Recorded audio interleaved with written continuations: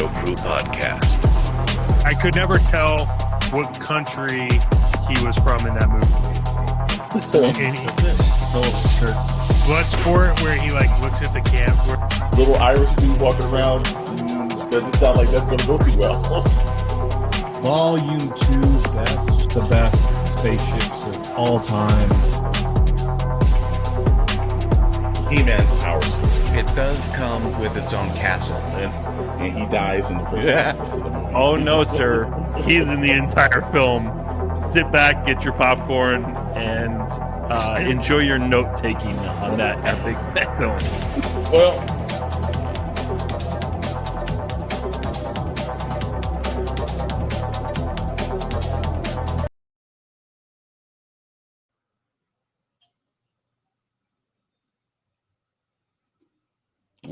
Chris? we start the night out with technical difficulties, don't we? You're muted. Yep, for a change. Oh. Hey, everyone. Welcome to the live Shadow Crew podcast, where we don't know technology, and that's okay. Because you guys, 90% of you don't subscribe anyways, so you might as well just do that. Give thumbs up. Because if you don't, you miss out on sweet technology mishaps. Chris, testing. Can you hear me? Can you hear me now? Yeah, there he is. We got you. Hey. I already got the Dr. Brantley put the dump button on because he knew I was going to start the show by talking about like what the heck. But no, I'm excited. You know why I'm excited? Because last week, for those of you who didn't listen or have not watched the previous stream where we covered the best comic book films of all time, the tougher challenge awaits us in just a little bit, and that is the worst comic book films of all time. I will say it was much harder to condense it to 32 than it was the best, and that is a sad situation. What's even sadder is that a handful of them releasing in 2024 and 25 will probably make the list if we revise it at the end of this year. But I'm super excited for it. I know we're going to jump into some news, some hot topics. Coming off a Super Bowl weekend, a lot of big movie trailers dropped. But before we get into that, as always, thanks for tuning in. Please like, subscribe, follow. It helps the channel grow. Spread the word. We're here every Friday, 7 p.m. Pacific time, multi-streaming. I think the first thing that we want to jump into is the biggest trailer that was unveiled at Super Bowl. The Deadpool Wolverine Super Bowl trailer got massive amounts of views. And I think for the year-end review show, this group here said that this was going to be the best comic book film of 2024. It would deliver the hype. And it certainly looks like the trailer is living up to those expectations. What you all think of it? Well, are you sure that's what we said? You know, because I'd like to see that redacted. I think I need to drop the replay flag on that one. Yeah, you know what? It just amazes me, like, you know, the amount of stuff that keeps getting seeped in. You know, it's like I don't know what they're thinking, and it just kind of like, you know, it kind of gets to you a little bit. You know, You talking about Deadpool Wolverine? No. I'm talking about everything. Oh, no, I'm talking about Deadpool Wolverine. Yeah. But I'm saying it's like I don't know why they were thinking that wasn't the premier kind of thing that they need to push to the forefront. You know, it's kind of like they've been promoting all this other stuff, jumping in, and I'm like, there was only one thing of the week that mattered towards anyone. I think it was probably, well, actually, I know Chet and I was talking about that. It was one of the largest drop trailers of all time. Yep. And you're like, but this was a 20th Century Fox property. And this is what it took for you to actually get something good into the MCU. You had to go out and get something else. Like, I don't know, man. I don't know what they're thinking, but it was exciting, man. You know, look, we didn't get to see Wolverine, but we got to see the presence of him. But, you know, everything about that trailer was just like, wow, they just really let it all out. I just think that I'm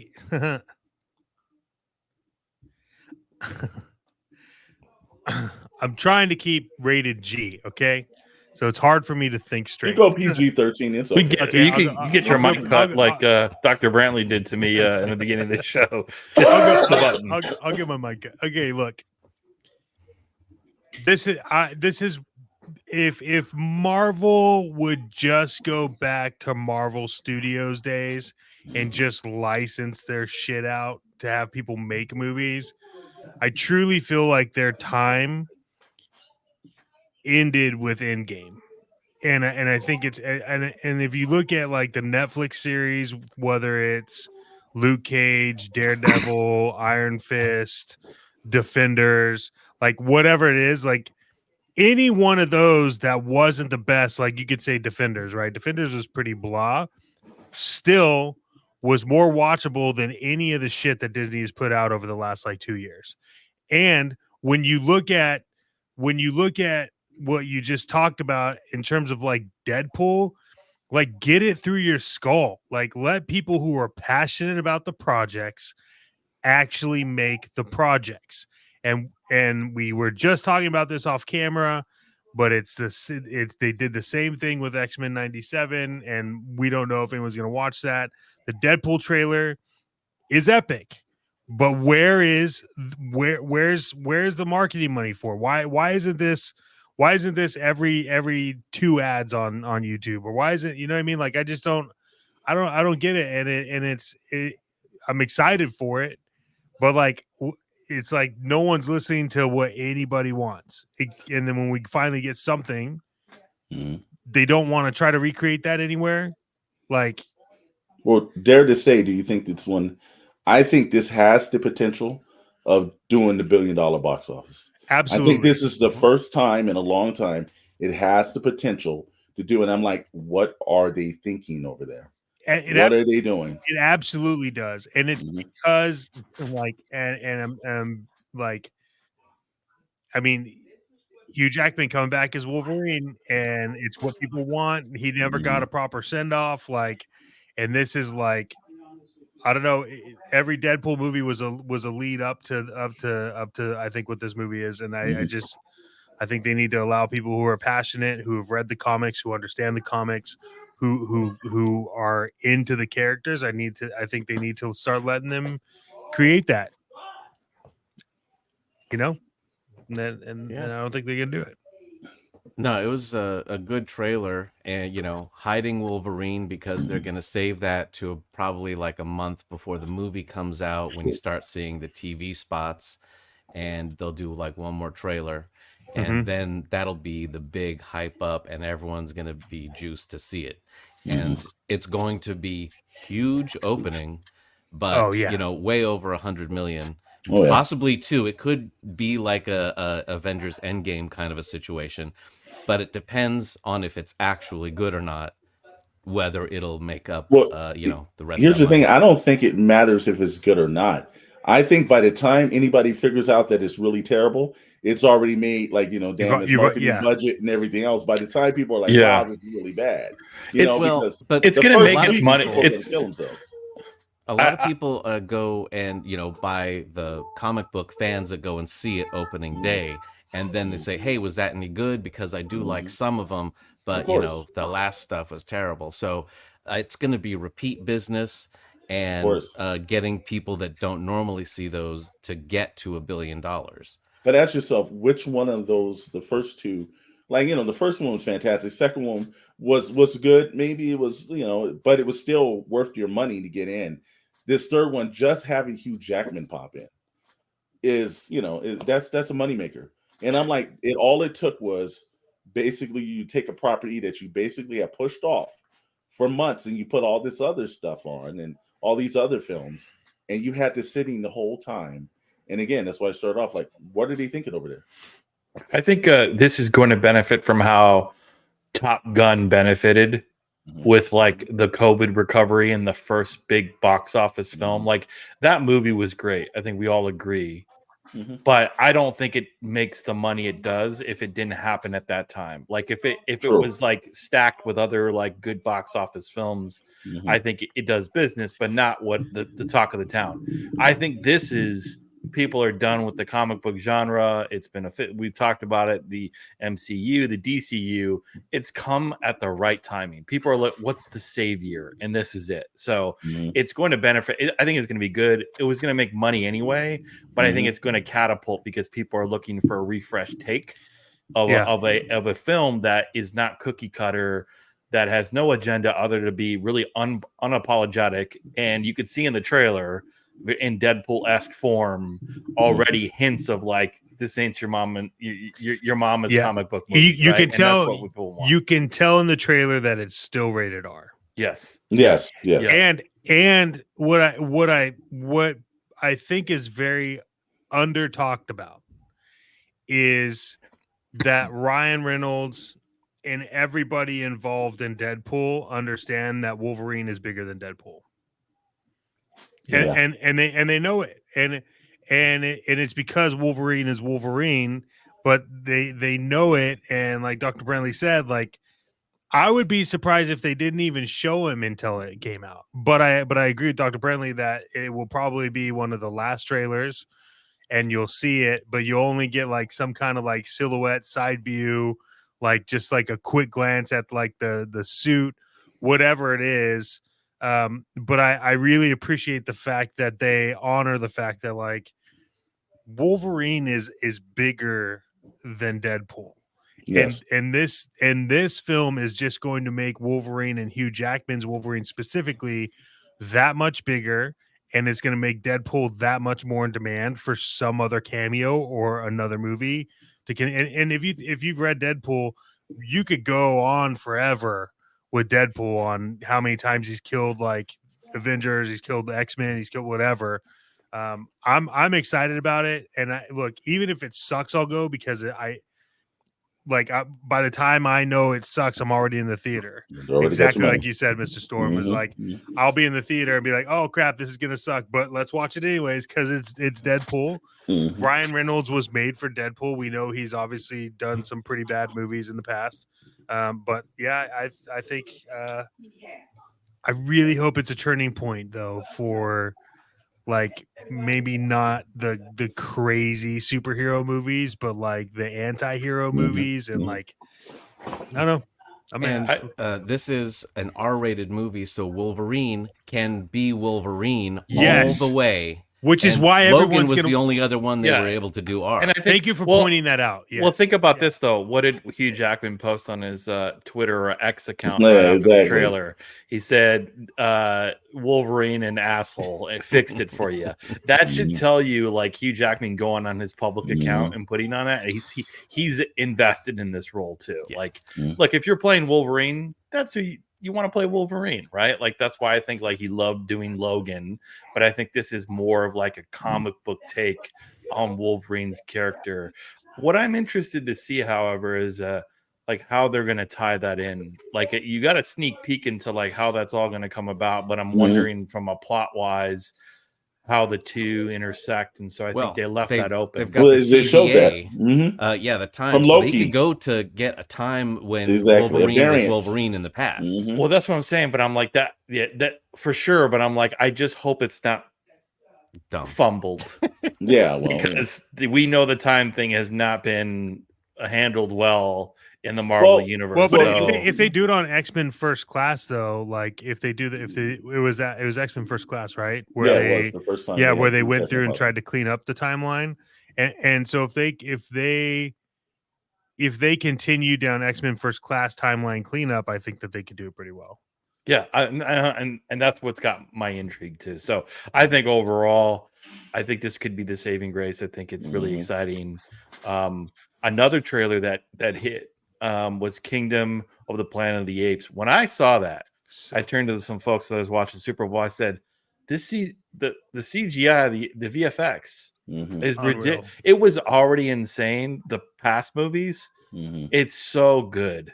And if it's anything like the other films, I really enjoyed the other films too.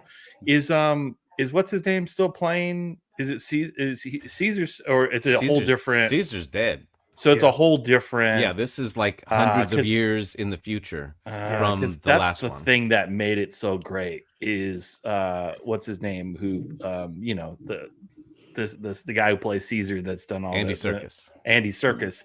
I mean, he was part of the reason why, like the acting performance. So that's the only question mark for me is like, will the acting performance be just as good? But the visual effects, woo! And I love that universe. I love that whole Planet of the Apes. It's done really well. So I'm looking forward to that too. I'll give you. I'll let you know this. I would have never thought that they would have had these movies out of that property, out of that IP. Planet of the Apes, so cheesy when I watched it, very whatever, and what they did to it and how they built it up, and then that trailer, it's just it's fantastic. It's finally a movie where they said, cool, our budget is like 500 million, let's spend 498 million dollars on effects, and then everyone else can just take whatever's left over. In my opinion, if you watch the trailer, like they spent a lot of money on visual effects because it was epic. Yeah, Well, I there's think hardly that- humans in it. It's Exactly. mostly apes, so all of that is CG. Yeah, and it's not cheesy either. This is what happens when you don't fix it in the post. When you're like, oh, like so when it's like you could start off with a plan in the beginning, and When you say, don't- we need the best special effects people because this needs to look clean. Because you can make it look really bad, and I think they did a great job of making the characters 100% lifeline. I was watching on a 4K ultra depth television, and it was like, wow, it was crystal clean for a trailer. Normally, that's when you kind of see a little bit of the haze and everything. The final product looks better, but wow, it was amazing. Yeah, because I've liked those movies even since the originals. I think the first one I saw was Beneath the Planet of the Apes on TV when I was a kid. And I just loved just the makeup effects and everything. And then when I went back and actually started watching all the movies in order, I was like, oh, wait, that one was kind of bad that I liked. The first one is amazing. And I was hooked. And even Rise of the Planet of the Apes, when they did that, it was a great way to start the whole thing, and that whole series has been fantastic, the newer ones. And let's not forget that the last Planet of the Apes film was nominated for Oscars for visual effects and I think some other category. So you think about how technology has advanced. It's going to be, I think this is really going to showcase. I know everyone's about Avatar. Yeah, Honestly, comparative to like what the Apes franchise has done, I think it was better than Avatar. I don't know why people get all like it's easy to design some stupid aliens you've never seen in your life before to look realistic. Try doing apes and making it look like holy crap, like talking apes that look realistic. And you're like, I believe this. It's nuts. Who did what Rise of the Apes? What was the VFX studio? Weta did some of it. Did they? I think they might have done the ape stuff because that's why it was so good. It's all. Yeah. And this new film, I think it's Weta too. I'm sure because let me tell you something. When you see They that have to kind have of the quality, license on that. Yeah, they have to have licensing on that or something. yeah, when you see that kind of technology and everything work, look, that's either it's ILM or it's Weta. There's no in betweens when it comes to that. And Weta is almost, and I hate to say it's just going to be blasphemy here, but Weta is almost overtaking ILM and a lot of stuff, man. I don't think that's blasphemy. I think it's true. I think ILM has gotten away with their name for so long that Weta came in and was like, "Oh yeah, all right, well we'll just take all these people that are passionate and put them in, and we'll just do a better job." Yeah, Weta's doing this film as well. Yeah, see, you can always show quality, man. Yeah, you know, they got their stamp on it. You know, they don't do, you know, like ILM now is the go-to for whenever you need to have some special effects done. And I think they're just their hands are reached out too much. But Weta is like far and few between. They on a project, they take their time, and it looks like pieces of art. You know what it is? It kind of reminds me of this. ILM is like, we've done that before, let's reskin it. And Weta's like, we'll just create it. Yeah. Well, Weta also did Transformers: Rise of the Beast too, which was that actually was really good too, man. Yeah, it was. That was the first Transformers since I think the first one. I thought story matched, the characters matched, and the actual characters looked like they were all on the screen with the actors. So, you know, again, Weta is just tearing it up, man. Well, here's an interesting one for you. Whatever. Godzilla and Kong, the New Empire. Speaking of another really great trailer, That's Wet. Godzilla Kong Fist Bump. Is that the name of the Yes, movie? That's well, what that's that'd be the name. awesome. Well, Godzilla X Kong, for some reason, it's the Yes. dumbest name. I hate that. But the companies that worked on that film were Weta, ILM, Digital Domain, and about 7 other VFX Everyone, yeah. houses. So this damn movie is going to be all like if you got all of them tag teaming on that. Well, That's what they amazing. do is one particular company will do one aspect, like all Kong is ILM, all Godzilla is Weta. That's awesome. All the so it just depends on how they divvy it up. It's like, so all the green screen stuff might be Digital Domain, and Yeah. so that's where it's good, but also you can run into problems. Well, just- what I wouldn't want to do would be anything to do with this movie, because they have to come in after Godzilla -1. So like you're okay, cool. You have potential to either be really good or not. And I don't feel like there's going to be a middle ground Well- because of how good Godzilla -1 was. Well, yeah, Godzilla -1 is just a completely different theory. Look, the legendary films are decent, and I thought the Monarch, I guess the Legacy of Monsters, was really fantastic. Actually, I was shocked at how well they did all the tie-ins. But the one major aspect with the Kong films and the Godzilla films are that it comes right down to like the people mess up these films. Now, in -1, the actors and everything else were equally as good as Godzilla. And I think we'll see if Millie Brown's going to show up again. I saw the other characters from some of the other films and everything. It's usually the people aspect. They try to filter it in. Look, we just want to go see Kong and Godzilla and I guess a whole legion of crazy apes Mothra. just get down. Hey, I could take that for like 2 hours. You just subtitle it. I'll be fine. I don't they care. put in dumb human stuff, and that's the problem with all the legendary movies. Exactly. The humans I could care less about, because every one of those movies is dumb when you got people talking. When they actually have the monsters fighting, that looks fantastic, but that's not a story. And Godzilla -1 showed you how to do it. And I don't know why they don't get this guy to be working on these big movies, But give him some time, and he will.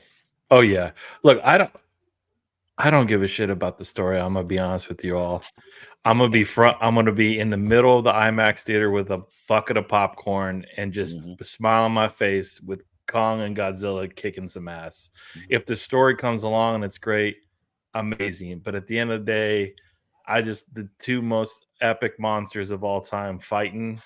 And as Mr. Storm said, if there is a fist bump, the whole the reaction in the theater is going to be like my money. It's going to be like when Luke Skywalker came back in The Mandalorian. It'll be just like people on their feet screaming. The only thing that would up it is if they give like Kong like a lightsaber or something. Then I'm sitting in front of the theater like it's 1989, and when he opens for the first show, and when he opens his mouth, it's Samuel L. Jackson. It's like, yes, I knew it. It's either got to be Samuel L. Jackson or James Earl Jones as the voice. Hey everyone, we do want to thank you guys all for stopping by to watch over on all the platforms. If you have not done so, go ahead and take out your wallets and click on that free subscribe and follow. Don't want to break the bank, so we have for this cast and the next cast, we've removed the fee for following us, since it seems like everyone's afraid to do that. Also, you could thumbs up, which is fantastic. And if you're asked thumbs down, you better have a reason why you're thumbing us down, and not just do it just to do it. Okay. So and hey, Clint Beastwood, we weren't worried. We knew you were going to be here. So don't worry. We knew it. We knew it. Clint. Thank you, Clint. Well, it is now time, ladies and gentlemen, children of all ages, for our best of series, or should I say worst of series of the evening. And that is the worst comic book films of all time. I do have a quick question about this, though. As Mr. Chris was announcing it, it made me wonder if we have any connections to Bruce Buffer so that we could use his voice for the intro to our series. So we could just get AI to do it, and it costs us $10 versus probably $10,000 fee to have him do the voice. I think it's probably 10,000 a minute. On Cameo. Yeah, I'm sure. Yeah, we could. That'd be interesting. We could get somebody a Cameo. We could get it actually. We could do that. Actually. Yeah. I'm maybe. Sure, who knows? Hey, of the 32 films we're going to narrow down to one, I'm sure there's a couple actors that played in these films that are on Cameo. That Michael Madsen in any of them? $20. Yeah. Michael Madsen's in it. We could get Clint. How much money do you charge for a voiceover? we don't even know what you sound like. All right, cool. Sorry, I didn't mean to derail. Let's get into it. Ladies and gentlemen, for those of you who haven't seen the bracket elimination challenge, please check our previous videos on our channel. Again, we did the best comic book films of all time. We narrowed it down to one. It was a really great debate. So if you're curious to know what we nominated as the best number one, check that out. That was last week. It's a bracket of 32 of the worst films, and we will narrow it down to the worst film of all time. I will preface it by saying there are some really, really stinkers, some bad eggs out there. Yeah. But I think we left some of those off the list, some honorable mentions towards the end. But, things that had like a lower budget, straight to DVD, VHS, I would say as an example, the Nick Fury movie with Hasselhoff, or, the older Spider-Man or Captain America, some of the stuff, Max Steel, the Shaq movie, we're talking about box office films, like something that actually had a chance, that had either a decent budget or a crazy budget. And that's what made the list. But I'm sure that we left some off. So please comment in the channel. We'd love to hear. And we need to define the tiebreaker. How do we break a tie? Well, in this case and everything, I'm probably sure that what didn't make any money at the box office were probably, because the last one was what made money and what was the reviews on Rotten Tomatoes. I think we do Rotten Tomatoes and box office like we did for the. And then we could also always go to our viewers for that as well. So. Okay. Well, let's get into it. Let's do it. Let me pop this open. This is a question for Chris. Did you install ad block yet? I don't want to watch the old people exercising. Ladies and gentlemen, the ad block is now real. Can you all see the screen? Can you all Not see yet. It? Yes, now the ad block has arrived. We upgraded our budget, and so really exciting. Thank you guys for tuning in. That $1.25 YouTube got us. Wow. Yeah. Okay. Well, rolling the big dough right now. Our first ad-free bracket. All right. Although I did get a nice ad check from last episode, because we ran 900 ads and videos during the bracket elimination challenge. Well, it did help us with that Amazon link thing. Yes, that really helped us, though. Yeah, no, we definitely made some kind of something. So here we go. Morbius versus the Green Hornet. Oof. What was worse? Morbius. I could say, because I could watch Green Hornet, I could not get through Morbius. I turned it off. I don't know. It wasn't very long. It was maybe half an hour in. I absolutely hate this one, because Seth was just fucking terrible in this movie. But Jared Leto was actually the one good thing about the entire thing of Morbius. So I gotta say that the Green Hornet was the worst, man. I would not watch that again, even if somebody paid me to do it. See, they had some cool effects though in the Green Hornet. I will say, like that whole thing where it was like. I'll tell you something. If you go back and watch the '66 version with Bruce Lee in it, you could put that on the screen, and it would have been 10 times better than the stuff that Rogan did for that. Much rather watch Bruce Lee, but it's on for you, chat. Yeah, man, it's like.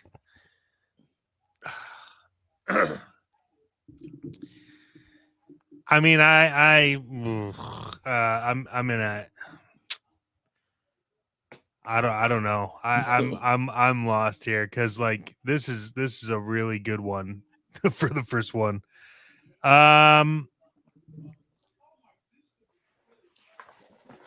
See, if I say Green Hornet, I really want to say Green Hornet, but then also look at the year it came out, and Morbius sucks, and that thing came out what, like 2 years ago. 2 years ago, yeah.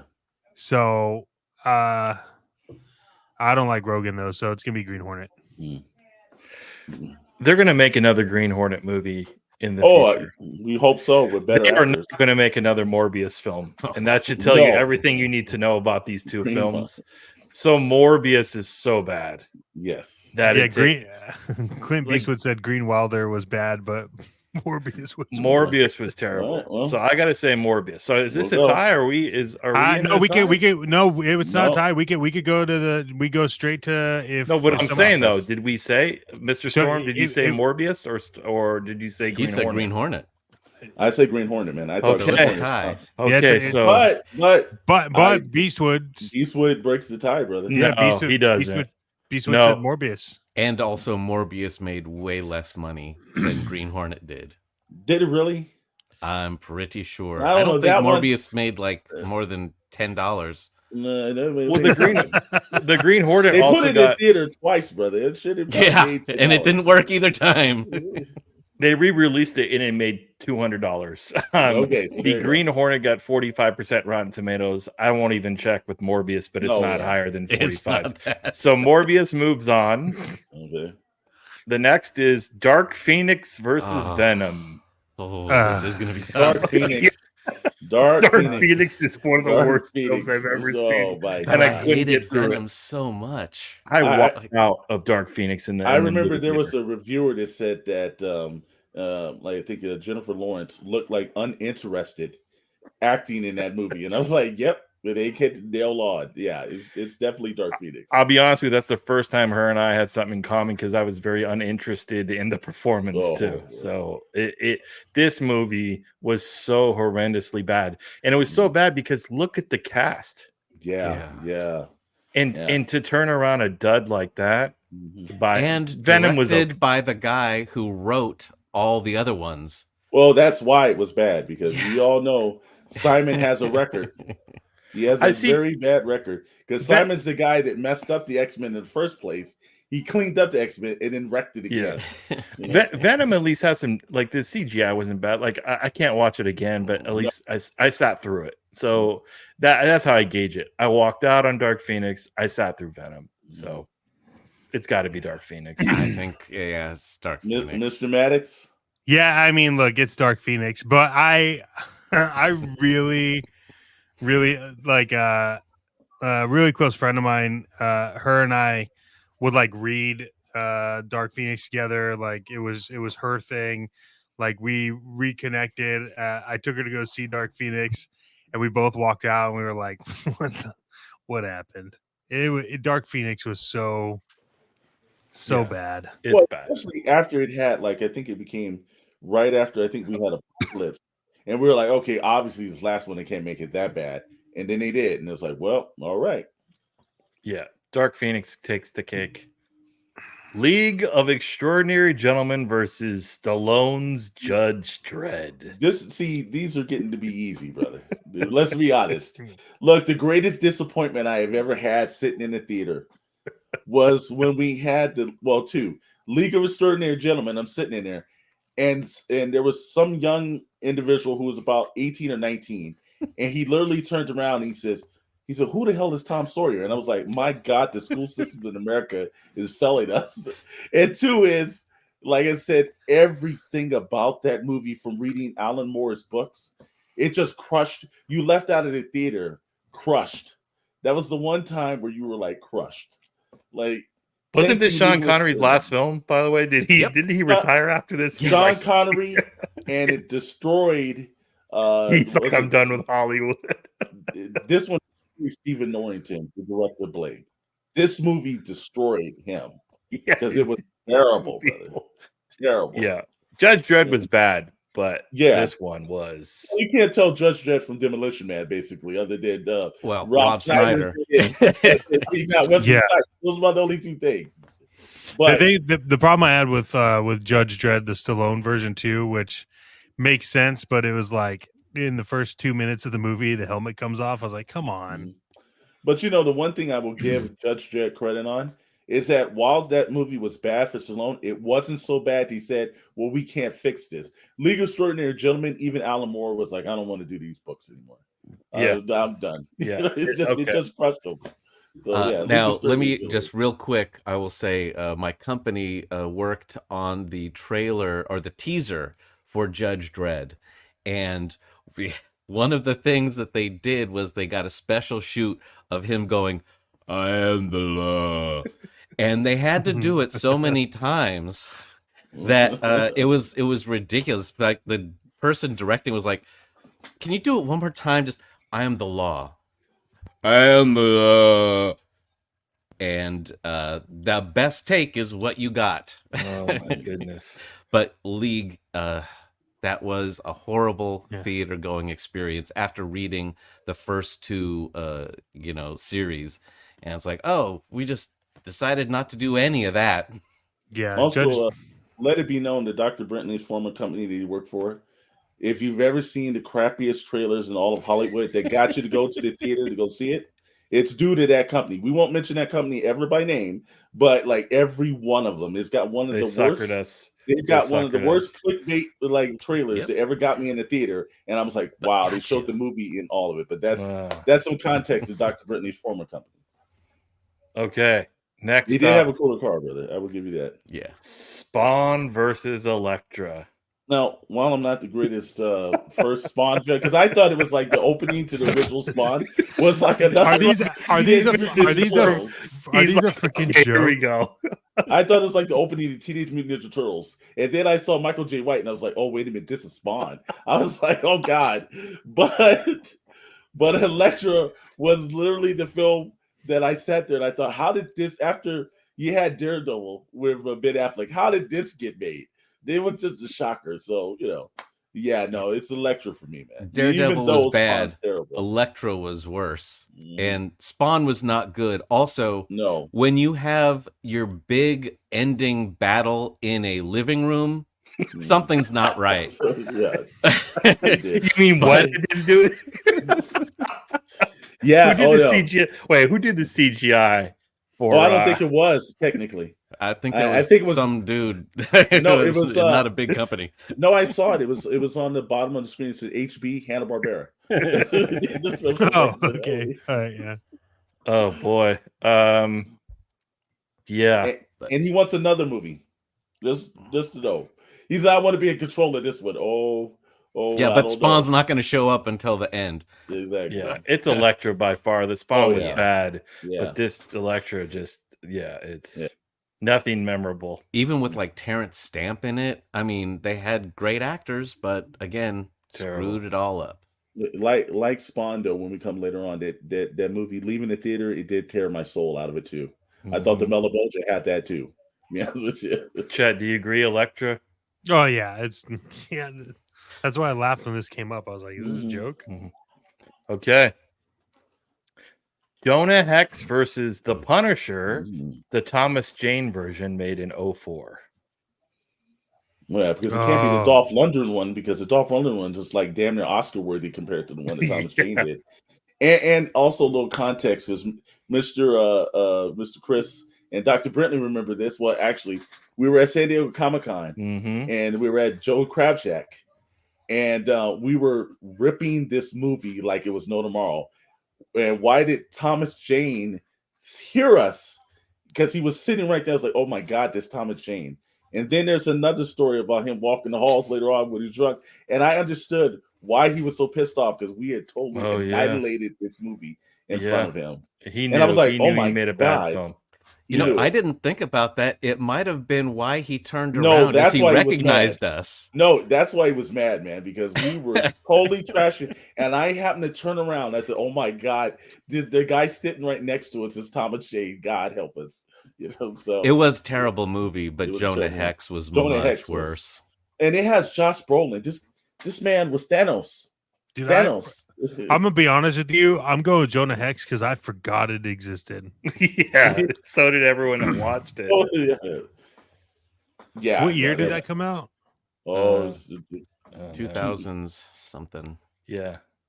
Early. It was. Probably. I know it was after Ghost Rider, which should be on this list soon. I can tell you that. Next, another Punisher Warzone versus Batman and Robin.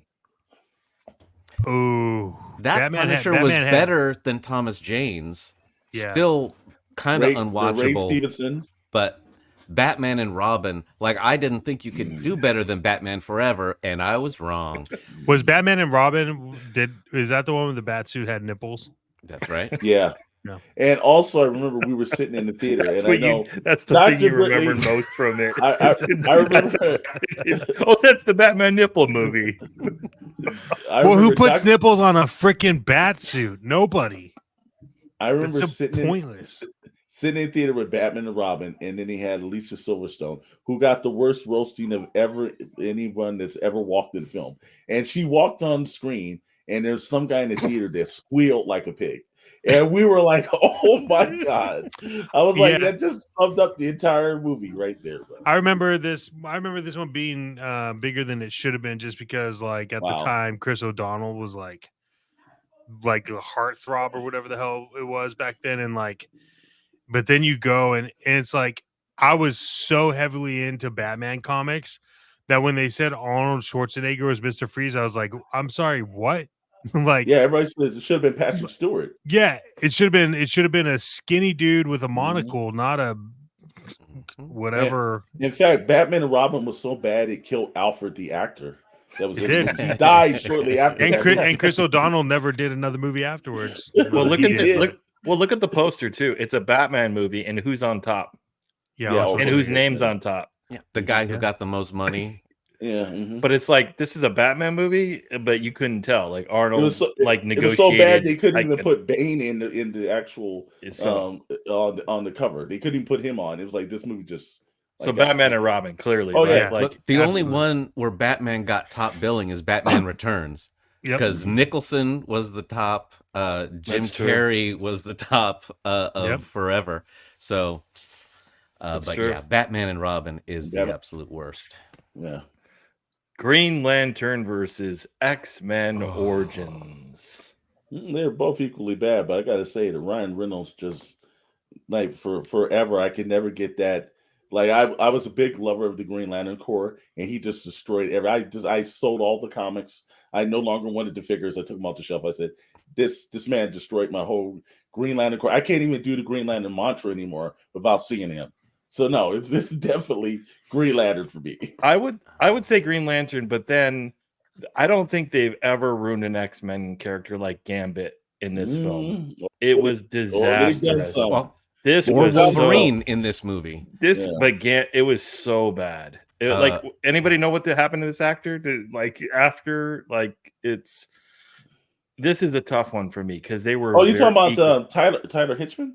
Yeah, he went on to do John Carter and to really destroy this career. There you go. Oh, perfect. It's X-Men Origins for me because, again, fun fact, we worked on the trailer for that one. Of course. What's your fault? When you have, it's your fault. Yeah, when you have animated claws, like not just CG animated, but cartoon claws. I mean, every bit about it was stupid and poorly done. And coming off of the X-Men movies, and it's like, oh, finally, Wolverine's going to have his own thing to shine. Nope. And then they introduce a whole new cast of other mutants that take away from his story as well. Wasn't there also talks about, like, they were going to try to continue X-Men Origins and, like, do it for, like, they did, right? Yeah. And then they just no, we probably This shouldn't. one killed it because they had, I think they were going to do Magneto and they were going to do, a couple others after that if it worked. But it did not. Nope. They were probably excited because they were like, we're finally going to get to introduce Deadpool. And then everyone's like, what's up with the dude in the back with no mouth? Well, look, Ryan Reynolds killed off where we never got to see the John Stewart Solar movie. So both of these things wrecked the franchise. I can tell you that. As much as the Gambit set, like Green Lantern I mean, we never saw. He didn't even have a real costume on. He had a CGI costume. It was really bad. And it didn't need to be. Like, you just put him in a green suit. It's not that difficult. It didn't have to have little, lights things going all over it. That was dumb. So are we saying Jet- Green Lantern? Green Lantern. I still say Wolverine, but I think Green Lantern Green Lantern. wins. Yeah, I got to go with Green Lantern. Okay. And Blackest Night is Green Lantern. Now, in spirit of Oh, finding oh. a DVD bin for $1.99 at your local CVS, The Crow Salvation versus Blade Trinity. Funny enough, both films following really good first attempts in the original Crow and Blade that made our top 32 of best comic book films. But both of these really, really bad. It was so What do you bad that think? Wesley Snipes didn't even show up to the premiere of that third movie. That's how bad it was. Well, why would you? He was hardly in the movie. Yeah, well, that's why he wasn't in the movie. But The Crow was like, basically The Crow shouldn't even be on this list. This one should be an honorable mention. It's so bad. The first sequel was City of Angels, because I know that because I actually watched it, and that one had Kirsten Dunst in it, and it was one of the worst things I had seen up until that time. I never bothered with this one, but if it's as bad or worse than that, I'm gonna go with The Crow. Well, she's on this one too, so she carried on her. Or maybe they changed the name, trying to They trick might have. people into it's like, oh no, this isn't City of Angels, this is Crow Salvation. I can tell you the Crow Salvation was so bad that crap Crow TV show that was like in syndication was better than that. Yes. So are we saying The Crow? I'm saying The Crow. Yeah. Although I did see Blade Trinity in a theater. I did too. So disappointed. I mean, that's your problem. I know. Well, hey, I had 2 ones going into it that was like, hey, that's fantastic. And then, oh, what the hell am I watching? Okay. Now down to This sucks. Morbius. Wow. And remember, folks, this is one side of the bracket. We will get to the finalist of this bracket and we'll move on to the other. Don't forget, subscribe, like the channel. We need the follows, spread the word. But Morbius versus Dark Phoenix. Ooh, I still think Dark Phoenix still rises above this. Yes. Just because it's such an utter disappointment. Yes. I had nothing going into Morbius. I guess I kind of had a feeling that Morbius was going to suck. But Dark Phoenix was one where it's like, oh my goodness. I got to still say Michael Fassbender. There's too many good actors in that movie for it to be that crappy. So still Dark Phoenix for me. Dark Yeah, Phoenix. same. Chet. Dark Phoenix. Okay. I mean, I don't want to let Morbius skate, but you know. Yeah. Now, but this yeah, one's but I probably mean, one of the hardest ones here. this one not even close. I don't know which one's worse, to be honest with you. The This is acting what's was better in Electra. Was it? Yeah, I mean, for the most part, I mean, that's like saying you're the. I mean, that's not really saying a lot. Again, I didn't have any expectations for Electra, but League of Extraordinary Gentlemen, I did. It was the worst letdown in the theater. There were too many top name actors in League of Extraordinary Gentlemen for it to be that shitty, and it was still that shitty. Exactly. League of Extraordinary gets it, man. Yeah. But League of the basically the underwhelming League gentlemen. of the under not able. The League to of watch the movies. underperforming box office. Okay. I still say Electra, but League wins. Jonah Hex versus Batman and Robin. Oh my god, I don't know on this one. Yeah, God, this is a little tough. Can we just go to like the numbers for this one? Well, Batman opened to a huge amount. Jonah Hex never made it out of that first weekend. Let me tell you something. Jonah Hex gets it because everything about that movie it came off of the Batman the animated series where they had Jonah Hex on there, and I saw this and I was like, "What did they? It's like, how did you mess this up?" And wasn't John Malkovich the bad guy? Like, I think so. Even he was bad in it. Yeah. I was like, Jonah oh Hex gets it. It's yeah.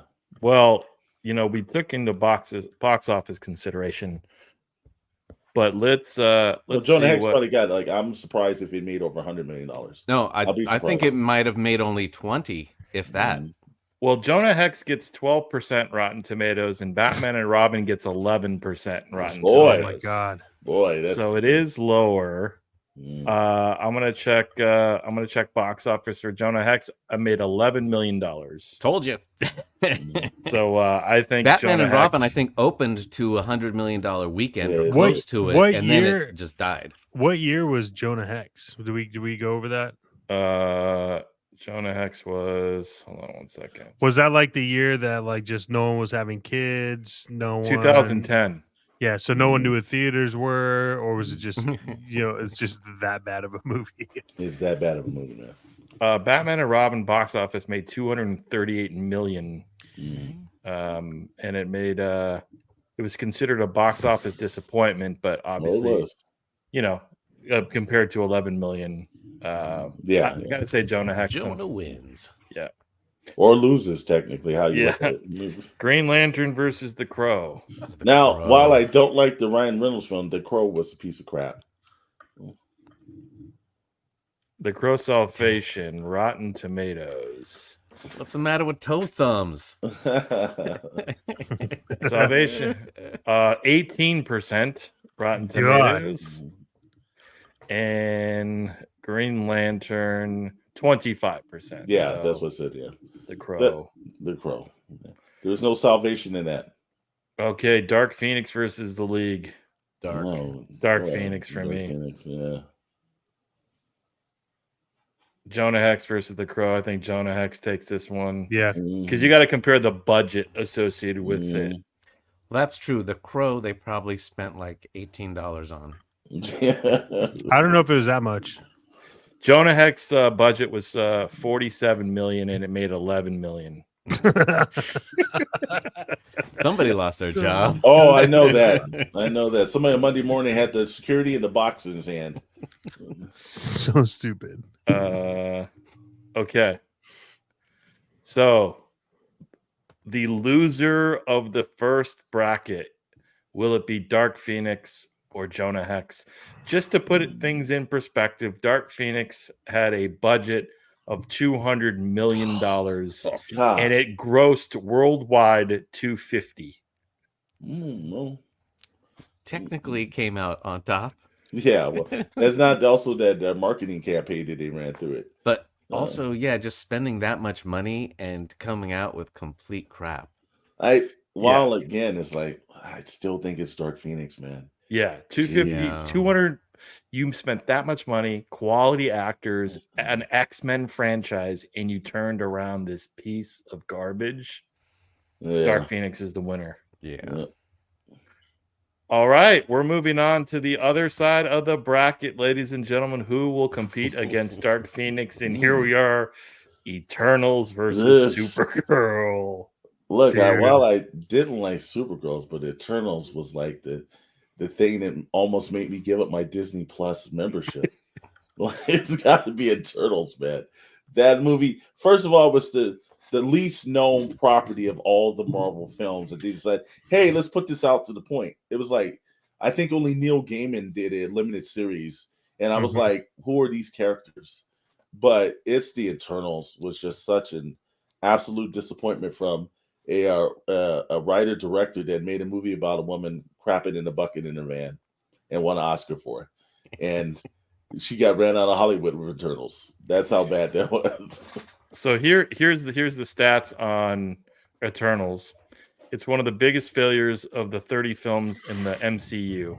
It was the first ever to be rotten on Rotten Tomatoes. It has the fourth lowest worldwide gross with takings of 400 million according to the industry analyst, and it was over budget, spending over $300 million on the budget to produce.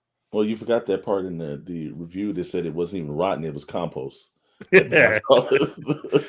As much as Supergirl was bad, Eternals was a disaster. Yeah. Jet- Supergirl is awful, but Eternals was the worst. What do you think, Jet? Yeah, I mean it's Eternals. I mean it's and I like the Eternals. Like I read a few of the comics. Yeah. I don't know what this was, but they have the name on there, so I guess it's supposed to be from that. But there was like I don't think I saw anything that was true to character in this film, and it was just a bunch of shit on TV. Mhm. It's not good. And these were the most Supergirl's bad, but this is bad. Like, these were the most discounted figures that I saw too. Oh, The Marvel. oh, And Oh, they're still on the absolutely. shelves if you want them. Yeah. yeah, they're still on the shelves. it's buy one get 30 free. Yeah, please take a box. We got some in the back too. Yeah. Ooh. Daredevil versus X-Men: The Last Stand. Wow. It's Daredevil for me. Yeah, it's Daredevil, and there's actually I remember we were in the Mad Chinese Theater on opening night, and we had the director Brett Ratner sitting 2 seats in front of us, and his friend Courtney Love, and she was so completely drunk that even she got up 10 minutes in the movie and walked out of it in front of everyone. And we were in the first like 3 or 4 rows at Man Chinese Theater in the opening night. And we were like, that's how bad this movie is. And we still had to sit there because we couldn't get out because there were so many people in security. But she got up, jumped over a row and walked over people and walked out of that movie. That's how Yeah, bad when it you're was. the director's date and you leave, that's not good. But neither was Daredevil. Yeah. Yeah, I think was Daredevil terrible. was worse. I don't Daredevil know. was I worse. really hated I still X-Men. think yeah, but Daredevil's worse. Daredevil At was really bad. At least X-Men had a lot of shit happening on the screen, so you were kind of distracted. But like Daredevil was just like, come on, speed the shit Daredevil up. was so bad it took them how many years to actually make the TV series? Don't forget I know. Elektra. Wasn't Elektra in Daredevil too? It was. Yes. Mhm. So Yeah. it was just 2 horrible things in one film. It burst out a worse movie. So Yeah, Daredevil was so bad that the audience wished they were blind. That's Yeah, how it was bad Daredevil was so bad that they realized they had to write Elektra in because it would have been Oh yeah. And these might be the also- 2 worst posters, by the way, too, to be True, honest with you. True. Daredevil, just like Madam Web, was a Valentine's Day release. Oh, so my you God. could take your girlfriend, but they probably broke up with you after making her watch that. They probably didn't even get in the car. Brother, that wasn't Daredevil that did that. That was good. You can't put that on. Daredevil advances the Justice League, not the Snyder cut. No, and we just added Madam Web to this list. Congratulations, Madam Web, winner of the predict worst film prediction of the box office graveyards, and on track to be one of the worst films in comic book history. You know what? And the worst part about this is, unfortunately, I'm going to have to say Justice League because Madam Web, from the reviews and everything, I have not seen that movie yet. Although people have said it's terrible, that's one of those things like The Matrix. You just have to see it for yourself. So I can't have bias on it because I haven't seen it. So I got to say, but Justice League, I wish I never saw that. Yeah, I mean, the whole troubled production of it, and you bring in the guy that did Avengers to fix it, and makes it objectively much worse than if you would just let Zack Snyder finish it, or wait until his personal things were done for a bit and then let him finish it. Well, But when the movie is so bad that you can make a 4-hour movie cut of it, and no one in America minded sitting in for 4 hours, it thought, wow, this was significantly better. Like, that's telling you how crappy Justice League was. Madam Web did come out. Yeah. Unfortunately, it is. You can see it in the theaters now. Or I would suggest you not. But do hurry. that. I would suggest you don't do that. I think you should find some other ways to watch the movie that you don't have to pay for. It'll be streaming at Ross or TJ Maxx. So let's give it a week. It's actually the first Marvel release for Dollar General. I'm gonna say Justice League on this one. I think I haven't seen it, but I think if we just compared budgets and hype and all the superheroes you had in it, you couldn't get it right. That takes the cake for me. The infamous Howard the Duck and R.I.P.D. I've seen both of these. Well, hold on. What happened to the Howard the Duck that was Seth Green cameo? You talking about the one that was in Guardians of the Galaxy 2? Yeah. Weren't they supposed to do something with that? I don't think. Yeah, it we'll was just see. kind I of don't know. Yeah. No one Well, cared enough. Well, again, or they just had a revisionist thought and said, "We've already done this crap before. Let's do it again." Howard the Duck was, especially when you put George Lucas's name on it, you're like, wow. Howard the Duck, and actually is behind Dr. Brentley right now. There's two things we have a joke. We have we know an artist that drew Howard the Duck, and actually I thought that the Howard the Duck on the screen was worse than what I saw someone else do. So Howard the Duck is terrible, man. It's one of the worst films I think could ever be produced in the comic book genre, and it could almost kill the comic book genre before it even started. That's how bad it was. And this was, I think, Lucasfilm's first movie after Temple of Doom, right? So you're going from that to Howard the Duck. Oof. But R.I.P.D. was terrible, and again, Ryan Reynolds, he's going to show up a couple times. But you know what? Jeff Bridges kind of made that at least a little bit watchable. I will tell you that. But Howard the Duck is like God. Yeah. My thing is for Howard the Duck. Yeah, wow. Howard. I love that when you read the story of Howard the Duck, there was like 5 actors that were playing Howard the Duck throughout the film. That's to me, it's like a recipe for disaster. It's just that Howard the Duck is the old school Tommy Wiseau, like The Room. Spell his name different every time. Oh God. The Spirit and Superman: The Quest for Peace. Look, first of all, this is the reason. One of the reasons why they don't give comic book artists anymore directorials. Anything else like that? That it's the Spirit didn't have story, didn't have direction, didn't have anything that was any piece of overwhelming. Look, The Quest for Peace was not good, but I could watch it again. But I could never watch The Spirit again. Well, Quest for Peace also has a way cooler poster. It does. It does.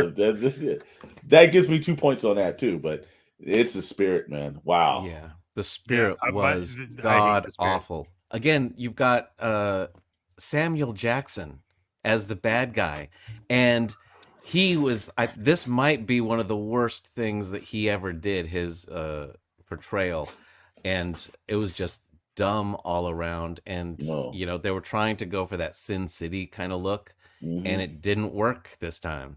Thank God that Will Eisner was dead, because he couldn't see his greatest screen. Thank God. Yeah. This was really bad. I agree. The Spirit moves forward. Hellboy. This is the 2019 Hellboy, I think, not the one that was actually this pretty is decent. David Harbour's version. David Harbour and The Marvels, the sequel to Captain Marvel. Marvels. Yeah, well, I didn't like the Hellboy. I could watch that again, but the Marvels I can't ever see again. Yeah, I mean, Hellboy at least looked good. The Marvels was just a mess. Trash. Okay, the Marvels. I guess what we'll have to do is just like a little follow-up one after this week, which is Marvels versus Madame Web. Oh, this is easy right here. Although I didn't think one was that good. At least Morgan Freeman was halfway decent. But Catwoman was from the second the opening credits pulled on. Horrid. It was one of the worst films ever done. It was through horrible. history. It was horrible, especially when you're coming off like hoping to see Michelle Pfeiffer on there as Catwoman. And just like her Catwoman story in that Batman movie was better than this entire movie. Yes. Yep. And Wanted was trash, but I mean, look, they were flicking bullets around corners and reading string and a bunch of other weird ass crap. Well, so there's no reason to call it Wanted, because aside from like the first 2 scenes or something, none of it was anything like the book. But I will say this is par with most of Mark Millar's films. Either they're completely crap or like the 1 or 2 of them surprises you. So, and it's not Mark Millar's fault, by the way. No, it's not. No. At least not this, but the Netflix stuff, it could all be on him. Oh yeah, that's fine. I'm fine blaming that. Yeah, was it the Loom of Catwoman Destiny? garbage. But Catwoman was way worse. Wow.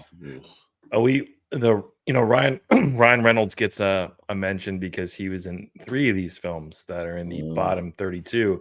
But let's not forget Angelina Jolie, who is in Wanted, but also Eternals. So she's right as up well. there. Congratulations.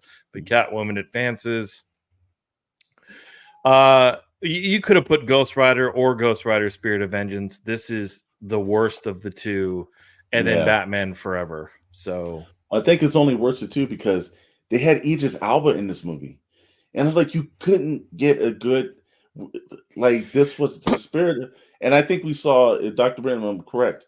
We saw both Ghost Rider and this one and I think the only reason we went to go see this one because we saw Idris Elba is going to be in it. And I remember sitting in another theater, disappointed as hell, while Batman Forever was crap. Val Kilmer at least tried, but like it's got to be the Spirit of Vengeance, man.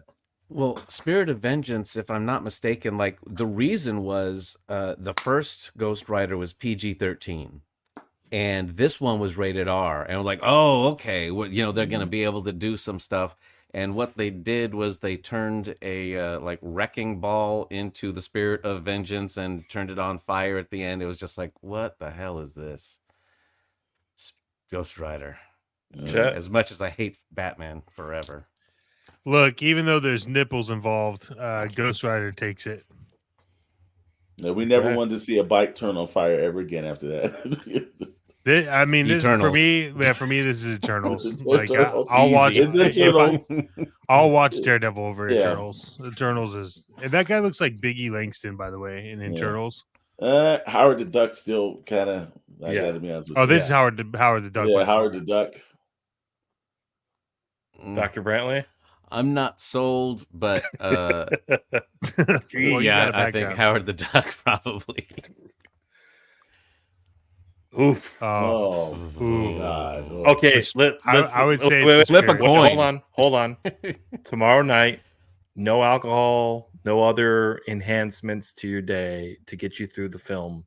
You were forced to watch one. What are you watching? No alcohol? None? Be honest. No alcohol, no other things to gouge make my eyes out first? I mean... Nope, you have to sit through it. I don't think I can sit through the Spirit again. This one, even if someone had a gun to my head, I think my brains would be over the screen because I don't know if I could sit through either one again. My God. That's how we have to go. We have to go through. This is how we're going to do it. Forget Rotten Tomatoes, forget box office. I'm forcing you to make a decision. You're forced. Only because it had one of the, like, again, we saw Frank Miller after you saw Sin City, and like the expectation for the Spirit was like, we knew the Marvels was going to suck the minute they announced they were doing it. But the Spirit, we thought, like there's a glimmer of hope that this might be good. And also 2 Sam Jacksons. Yeah. That's I think that's such a that's Spirit is the worst. And I'll be honest with you, the Cat was the far better actor out of the Marvels. So he's got me on that. So it's got to be the Spirit. For me it's the Spirit. But I mean, how crappy is it when you are referring to a movie and the sentence that makes sense is, we all knew it was going to be crap when it came out. Yeah, that's like we knew it. Okay, that's a bummer. That's such a bummer. Catwoman for me. Catwoman for me. It's horrible. Eternals. I think that's worse than Howard. Yeah, because I was still on the fence of Howard on that last one. Well, I would say only because Howard was like meant to be kind of goofy, so you're almost like, although it was bad, at least it like the stupid attempt at comedy offsets like taking it seriously. But Eternals tried to be so serious, and it was just a disaster. And knock my memory here, but it really seemed like, was Howard the Duck out before Alf was? I think so. Like the TV show? 85 yeah, the or TV 86. show, right? Yeah, it was out before. Okay, because it seemed like they took the Howard the Duck premise with Alf and it worked. But somehow, maybe they learned from like, okay, we're gonna have a do fish out. Did Howard the Duck eat cats? No. That's Howard why the Alf Duck was worked out there. Howard the Duck was 4 years before Alf. Okay. Well, that's why Alf worked, is because they added cleaned the up their cat thing. mess. Yeah, Mhm. they cleaned it up and they added cat. But yeah, I think it's Eternals. It's Eternals. No, it's Yeah, Eternals. Eternals. I would watch Howard the Duck over Eternals any day. Yeah. And that's a lot. The Spirit and Man, Catwoman. I don't Still know. I don't know. Catwoman. It's still Catwoman on It's this one. Catwoman for me on this one. Oh, I Like, think look it's at the fucking Spirit. look at the poster of Catwoman. Like, what is that? She climbing up models? Come on. Yeah. It's Catwoman for me. I can't, like, literally, I would never watch The Spirit again. You wouldn't watch Catwoman again? I would either. not watch Catwoman either, but Exactly. I might even consider it. I would never consider watching The Spirit. Okay, let's do box office. let's okay. So first, Rotten Tomatoes, The Spirit Oh, Spirit gets I'm guessing. 14% Rotten Tomatoes. I'm for surprised The he even Spirit. got a score. And Catwoman gets 8% Rotten Tomatoes. That Ooh. I've never seen a single-digit score. I have never seen a single digit score on Rotten Well, Tomatoes. you've seen it now, my friend. You've seen it now. Catwoman in the box office made $82 million. Spirit did not make that, I tell you. I'm guessing 20 if. The Spirit made $39 million. Oh, well, higher than I thought, but But I mean, Catwoman at 8% Rotten Tomatoes. Yeah, that's Catwoman. It's Catwoman. Okay, and we are down to the final two to compete against Dark Phoenix. Ladies and gentlemen, again, please I think, subscribe, like, follow Yes. the channels. We are multi-streaming every Friday, 7 p.m. Pacific time. I hope you're enjoying the show. If we've forgotten some, please comment. Let us know in the chat. Yeah. Also, if you want to see a bracket. Yeah. I mean, I'm gonna be honest. I would watch Eternals over Catwoman. I can't say that because I don't ever want to watch Eternals ever again.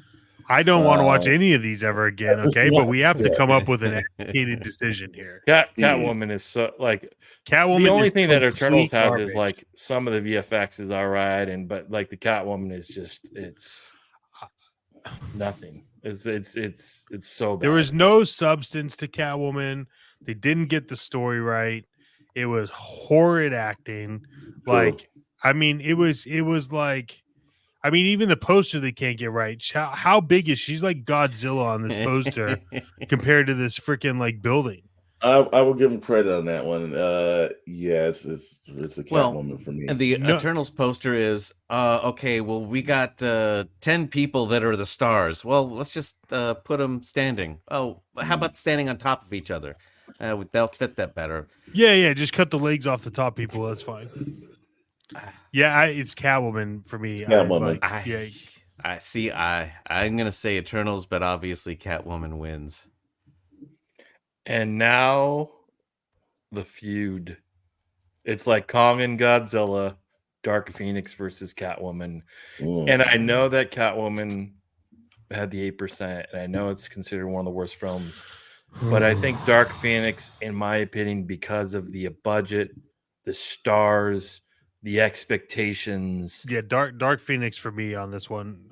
Everything you're saying is exactly why that's. Look at the that's it for poster. me. Like if you saw that poster, you would be like, "Man, this is gonna be a good film." That's got to be a good film, and then it never happens. I give you credit on that one. It was one of the greatest disappointments with that cast, that crew, that amount of money. Yeah, like Simon Kingsburg. Yeah, it was an absolute disappointment. And you notice, I think they kind of knew it was the worst because they didn't even bother putting X-Men in the title. It's just, well, let's just make a little circle Yeah, around they the did. X. They did a little circle around the X, and so everyone thought it was Close X-Files. Exactly. So, are we unanimous? Dark Phoenix. Dark Phoenix. Ladies and gentlemen, the winner of the worst comic Yes. book Yes, film sir. of all time is Dark Phoenix. Phoenix. Congratulations. Man, that's Wow. Now, it Wow. should be taken that Catwoman was still number 2, so that's a yeah. lot of things. Honorable mention: Catwoman sucks. Wow. Wow. And it came down to a Marvel and a DC. Yeah. Yeah. Yeah. So we aren't biased. We aren't biased. Well, Equal opportunity haters on the Shadowe. yeah, that I mean, there's some movies in there I just wanted to forget. Wow. Yeah, and you know what? They all will be forgotten because I don't think anybody after this is ever going to go back and watch them. No. Somebody's like, "Oh, is Dark Phoenix that bad? Let me watch it this week." That's not happening. No way. No. But hey, Well, paid people to like sit through the end of it. You know, it's like, hey, if you go, $20. So, Mr. Storm, if someone did want a Dark Phoenix figure, though, where would they go? Well, you know what? This leads us right into our normal thing that we always do every week. Like to thank our sponsors, Toys versus Games. And yes, they probably do have Dark Phoenix internal. There might be a couple of Catwomans, not the Michelle Pfeiffer. I don't think they ever made a Halle Berry one. But if you could go over tonight's over, I was looking on their IG page.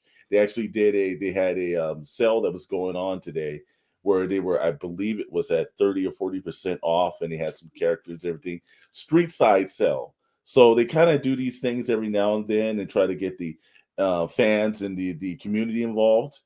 And if you're looking for, again, if you're tired of the Walmart, you're tired of the Targets, and you want to just support a local toy store, there's also a great series on Netflix about the toy stores near you, and they're talking about how we need to save these stores. Toys versus Games in Wilmington, California deserves your attention. And the Shadowe Crew podcast would like to thank them for being a sponsor. We never found out. Did they have mask toys? Did you ever find out? Actually, Shadowe was popping in this weekend to check that out. Okay. So we'll know. But I'm sure they could probably scrounge them up somewhere. Yeah, I'm sure you could let me know, and I'll send over some green. Please pay Chet as my cash handle if you guys want to fund that.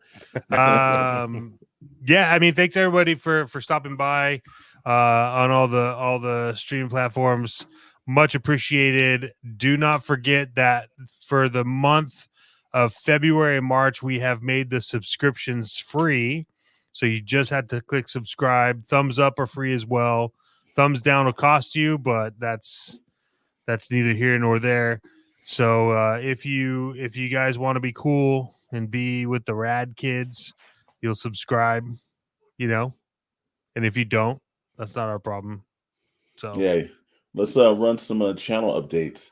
I know there's something that we've been anticipating on the channel for a long time. The Retro Rewind. That is coming up very soon. The first episode has been filmed. The second episode is in planning phase. The first episode will go up. Will probably go up on Monday. I think is when it'll go up. Excited about that. We have the Toy Box Chronicles. That is another live one. We're not sure if we're gonna do live of Retro Rewind just from the nature of that. But yeah, really excited about those two. Yeah, I know Dr. Brentley and I actually have a Indiana Jones retrospect. That's nice. I'm excited about this one. Yeah, this one and we decided this retrospect, like if you haven't seen the old retrospects, you know, we kind of just do through films. But this one we're also going to do the Indiana Jones TV series. We're going to throw in some comparisons, some fake Indiana Jones movies that they tried to hone in on the Indiana Jones craze. And there will probably be some toys that will pop up on that one too. So it's going to be a full retrospect of everything, man. We're gonna have to make like a little link tree to put all our stuff in, so people. Yeah, we're gonna definitely have to do that. We're getting there. But all these podcasts, including this one, can be found anywhere that you do get podcasts. Let's not forget about that. Please rate those podcasts. Apple Podcasts, I think, is one of the only ones where it's not video. But if you find us on Spotify, it is video. We are on. Now on YouTube podcast through the YouTube Music app, you can find us. That is video. So really exciting. Just please rate it over there. You know, it rating us on these podcasts is also free for the next 2 months. We're not going to charge you for it. So yeah, you know what? As much as I'm excited about the Indiana Jones retrospect, I was hoping for at least an Alan Quartermain or the Mummy retrospect. Mhm. Well, he's Oh, going they to be need the money. included as Alan one of the in ripoffs. India, one of the ripoffs. And the Mummy. I mean, you got to do a Mummy retrospect too. Is that embedded into this? I'm assuming it's the genre. We did a Mummy one that was already one, but yeah, there's some of those characters are kind of based. So a lot of the films that we feel ripped off of Indiana Jones and even some video games. You'd be surprised. There was an old Atari video game that ripped off Indiana Jones too. So Oh yes, we're going to be bringing that forward up. to it. Mhm. There you go. Looking forward to it. All right. Well, thanks for tuning in, everyone. And we will see you next week, same time, 7 p.m. Pacific time, multi-streaming. Later. The Shadowe